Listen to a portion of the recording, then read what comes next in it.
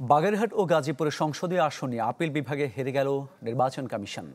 প্রধান বিচারপতি ডক্টর সৈয়দ রেফাত আহমেদের নেতৃত্বাধীন 5 সদস্যের বেঞ্চ বাগেরহাট 4 ও গাজীপুরে 5 আসন বহাল রেখে রায় দিয়েছেন।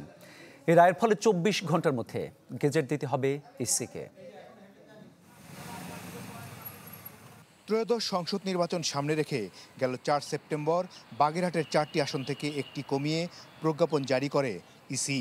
এতে 5টি থেকে একটি বাড়িয়ে 6টি আসন করা হয় গাজীপুরে, যা চ্যালেঞ্জ করে হাইকোর্টে আসেন বিএনপির এক প্রার্থী।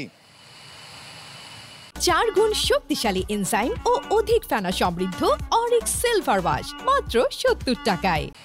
সবকিছু বিবেচনা নিয়ে 24 ঘন্টার মধ্যে বাগেরহাট ও গাজীপুরের সীমানা আসন আগের অবস্থায় ফিরিয়ে দেওয়ার নির্দেশ দেন হাইকোর্ট। সে রায় মনমতো না হওয়ায় আপিল বিভাগে যান গাজীপুরের একাধিক প্রার্থী। টানা 2 দিনের শুনানি শেষে সর্বসম্মতিক্রমে বাগেরহাটের 4টি আসন ফিরিয়ে দিলেন সর্বোচ্চ আদালত।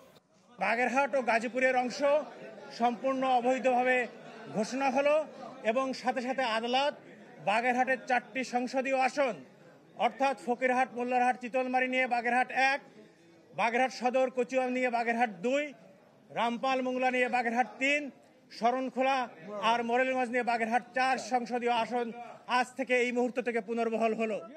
নির্বাচন কমিশনের আইনজীবী জানান, রায়ের কপি হাতে পাওয়া মাত্রই পৌঁছে দেওয়া হবে ইসিতে। আজকে যে রায়টা হলো সেই রায়ের বিষয়টা আমি লিখিতভাবে ইসিকে জানাবো, নির্বাচন কমিশনকে জানাবো। নির্বাচন কমিশনের পরবর্তী ইনস্ট্রাকশন সাপেক্ষে এটা তারা যেভাবে সিদ্ধান্ত নেবেন সে অনুযায়ী আমার রেসপন্সটা হবে।